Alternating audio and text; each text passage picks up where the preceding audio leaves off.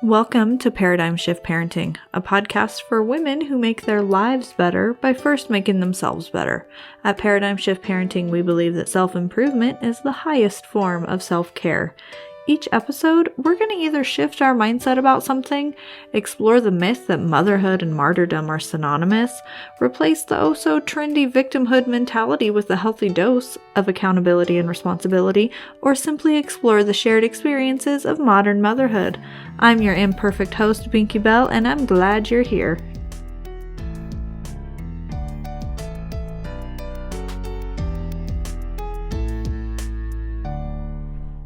Hey guys, welcome back to another episode. I don't like a lot of fluff in the beginning, so we're just going to get straight into the topic.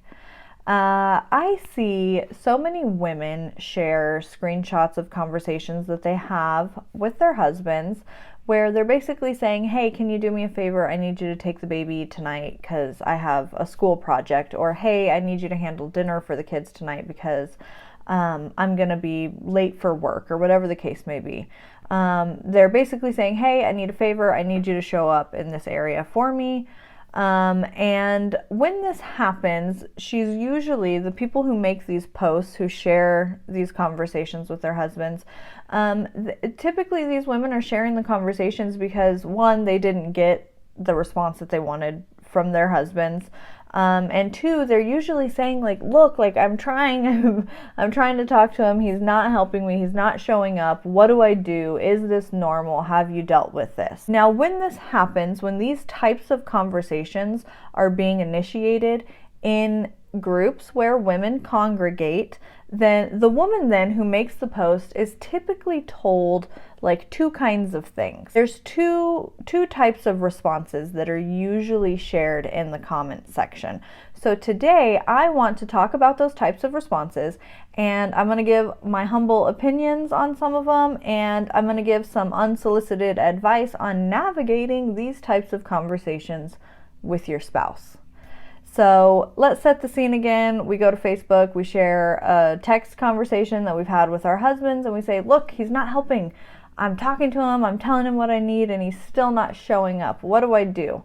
Now, half the women, typically, what I've seen, half of the women will say something like, your husband contributing to the housework, your husband contributing to the child care is not a favor. Stop asking him for favors. It's not a favor for him to show up as a husband and a father, because these are things that he should just be doing, right? You shouldn't have to ask him. He should just be a father. He should just do the housework because he lives here. So that's usually one type of response that these women get, and I want to talk about that one first because, yes, ideally, in a great world, your husband should be an attentive, active father and husband to your family, right? Like, that's the goal. That's what we all want. If he's consistently proving himself to not be those things, though, I mean, you got some difficult decisions to make. If he is never showing up as a good husband and a good father, then you either have to accept the fact that you married a dud and either deal with it or leave him. And that's an uncomfortable truth. However, most of the time, that's not what's going on. Most of the time, for most people, they didn't marry some horrible dud of a man. They didn't get the lame duck in the man pool, okay? What I believe is happening most of the time when these situations come up in people's marriages, I think the problem really comes down to a severe lack of communication, coupled with some really bad advice from bored women online. And I mean, I get it, like, the irony is not lost on me that I am a bored housewife giving advice online. I get it, but I'm really trying to help. I'm really sincere. I care a lot about this. I'm trying to help you, okay? So now, this argument that your husband just should be doing X, Y, or Z has always frustrated me because it does nothing to advance a solution. It does nothing to move you closer to reconciliation. I always think of it like if I were to leave my door unlocked and my house got robbed, I would say that I really should be able to just run to the gas station without my house being robbed, right? Like, I should be able to do that. Like, I don't want to live in a world where people can just come in and steal my stuff if I happen to leave my door unlocked. However, that's not the world we live in. That's not the reality that I live in. So it doesn't do any good to sit and just remind myself that I'm a victim of this horrible reality, right? Same as with your spouse. Like, that would be an ideal situation. However, if that's not your reality, it doesn't do any good to just sit and think about all the shoulds that he should be shoulding, right? And what happens whenever we think about all the things that our spouses should, by our standards, just be doing, that gives a lot of space for resentment in our hearts. And whenever we're operating from a place of resentment, whenever we're initiating conversations with our spouses from a place of resentment, it's an uphill battle. It's very hard. It's very hard to find common ground. It's not a good place to begin a conversation in. That's why we have to focus on good communication. Good communication. Now, this brings me to the other half of the comment section whenever these conversations are taking place in these Facebook groups. The second half of the comment section are women who say, don't ask him for help anymore. You tell him what he needs to do. You tell him what you're going to do, and just let him figure it out for himself. I actually saw this played out in a Facebook group very recently, and a lot of women were saying things like, don't come home, let him figure out where you are, let him deal with the kids, let him figure out dinner. And like I said, a lot of people were just saying things like, you need to just tell him what he's going to do. And here's the deal with that type of mentality. If you're a woman who's been in Facebook groups or existed in online forums or whatever, you're very familiar with this environment in the comment section.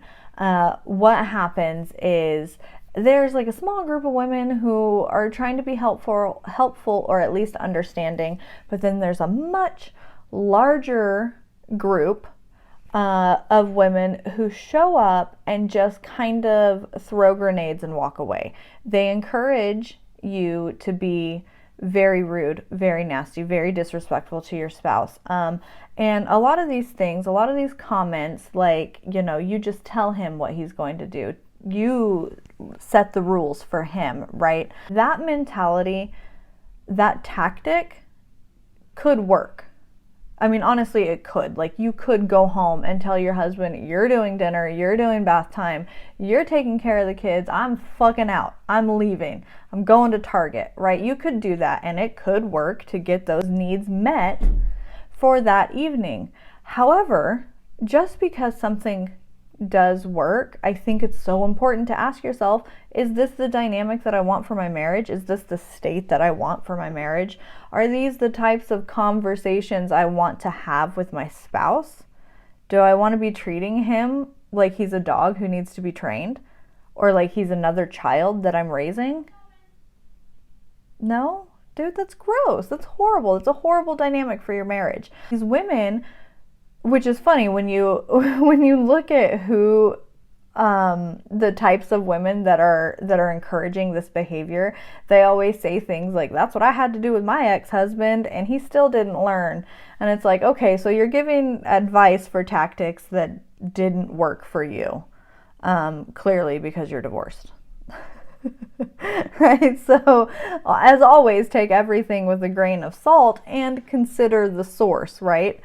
Again, the two camps of people who are very sympathetic and like, yeah, I get it, he should just be doing these things. And then there's the more aggressive group of women who encourage you to just burn your marriage down, because people who encourage this type of behavior or these types of conversations have no investment in your marriage. It doesn't matter to them if you sink or swim. That's why I say it's very easy. It's like they're throwing a grenade and just walking away. It doesn't matter. They're not going to be there to help you when your marriage fails. None of it really matters to them. So now the thing about that type of energy, it's very mob mentality. And it starts almost like a cycle where these women start like feeding off of this energy, and it becomes a very like men ain't shit, like husbands are useless, and then we play out this trope of like the bumbling idiot dad who can't take care of the kids, all he does is sit and play video games. And I get that like stereotypes come from some truths sometimes, but oh man, if that's the condition, if that's what we're thinking about our partners, how are we ever going to get to a place of a happy marriage if that's where we're starting? Like, it's just not good. What I encourage everybody to do is do a thought exercise of if the roles were reversed. If we flip the script on this, this is something that I think about often, is if my husband were to go to a Facebook group or a group of friends and say like, hey, like, I have this activity that I want to do because it's good for my mental health. It makes me feel good. I have goals that I like to accomplish. I can make money doing it. I want to do it, but I don't think my wife is going to be on board. But it's really good for me. It's part of my self-care routine. But I don't think she's going to want to take the kids for that period of time, right? So he's asking his friends, what should I do? And if there was a group of guys saying, fuck her, let her figure it out, you need to be living your life and she can just deal with it, oh, I would be so hurt. I would be so mad. Could you imagine? But somehow, whenever it's a group of women talking about husbands, I mean, that it's like expected. That's the dynamic, and it's so icky. And I think we really need to start being more careful about how we talk about our partners publicly, the information that we share about our partners publicly in public spaces, because it can all just be so damaging. And I feel like every time we do this, every time we give parts of our private lives away in public arenas, it isolates us further from our spouse. And we become less a team and more individuals who are opposing each other.